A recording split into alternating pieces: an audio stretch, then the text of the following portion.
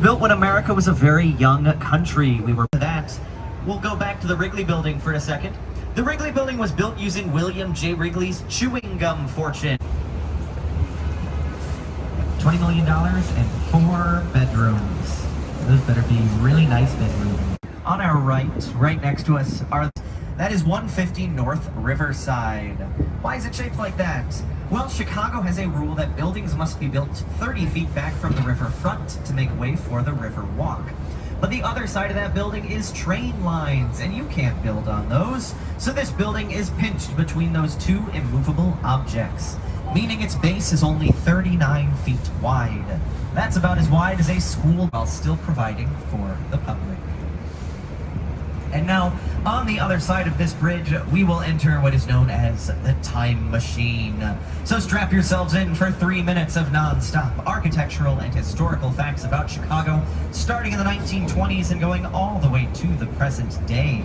Our first stop is going to be 2 Riverside Plaza. So as we head under that bridge, grab your Tommy gun and hide your alcohol. We're going back to the roaring 1920s. But you already knew that, because this building has inset windows, a pinstripe suit, and machine-made precision. It is an Art Deco building. Unfortunately, this building was built in 1929. And if you are familiar with U.S. history, you're aware of what happened next. Everything went bad. There was the Great Depression, and then we went to war. So for 25 years here in Chicago, there were almost no office buildings built. At the height of the Roaring 20s, buildings popped up all over the place, but by the end of the 20s, there was a huge surplus with no demand.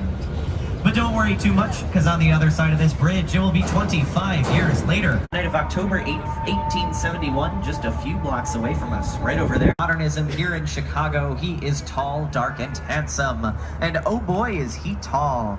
That was the tallest building in the world. From 1974 to 1998, 24 years is a long time to hold that title. Because they're a stubborn and nostalgic group of people. So they're still calling it the Sears Tower. Speaking of salt, I'm getting a little hungry. Luckily we can do something. Dad looked out the window onto the parade below in that famous Chicago documentary, Ferris Bueller's Day Off.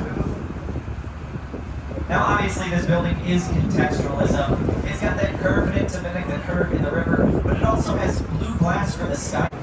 Chicago River Walk. Now on the other side of this bridge, on your right up against the wall of the Riverwalk, you're going to see that glass box full of projectors. That's for Art on the Mart. And on the evenings in summer, those projectors display an animated art presentation on the entire side of Merchandise Mart. I think it's very cool because the projectors are designed to avoid the windows. They only display around them so it doesn't bother anybody inside. Everybody else thinks it's cool because it's free. There's not that much free stuff in Chicago. Take it where you can get it. And you are in luck. Summer has officially started, according to Art on the Mart, which means if you sit along the Riverwalk at 8:30, you will get a wonderful free art show.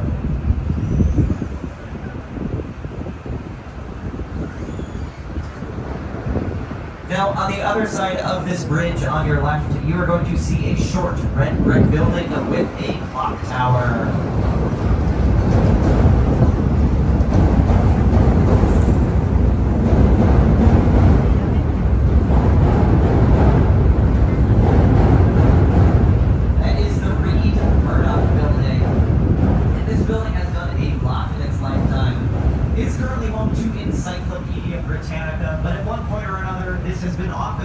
A grocery warehouse, and even a makeshift morgue. But this building is not like other buildings. It's a little quirky because it's actually asymmetrical. In 1930, as part of the continuing effort to complete Daniel Burnham's plan, LaSalle Street right here had to be widened. And to do that, they just chopped off part of this building. So as we head under the bridge, you'll be able to see there are 5 bays of windows on the left, the clock tower is the middle, and there are 6 bays of windows on the right. Almost unnoticeable. Unfortunately, that was back in 1930, so people have noticed since then.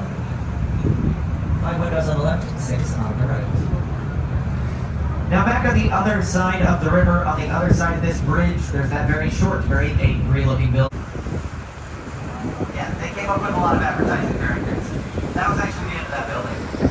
A little further down on the right, there's this building with those round domes on the outside edges. That is the jeweler's building. It got that name because it was built to house high-tech offices for jewelers. In fact, it was built with automobile elevators inside, so you could drive your car into the building and be taken to a higher floor to avoid any potential jewel thieves. Usually everybody loves that largest round dome on top. That actually used to be home to the Stratosphere Lounge, a high-end restaurant in the roaring 1920s. It was rumored to be a speakeasy run by Al Capone. It is just a rumor, not a percent of the time. But it's a very cool rumor. I encourage you to spread it. On your right, the green building with gold foil on top, that is carbide and carbon. It's meant to look like a giant bottle of champagne because it was built as a protest during Prohibition. Chicago said if I can't drink alcohol, I'd at least never look at it. Although trust me, Chicago is still drinking out the field. And I just think we're ever going to see a blood plant there, but it's cool that they still have it. All the way at the end of that canyon is the John Hancock Tower, the 5th tallest building in Chicago and one of the most iconic. If you want a photo, now will be the time. We only get a brief glimpse from the river. But as we head past, it will be the Black Box Modernist building with 2 antennas on top. And now, the last building on the tour. On your left, the curvy linear Black Box Modernist building, Lake Point Tower. This is a very unusually shaped building.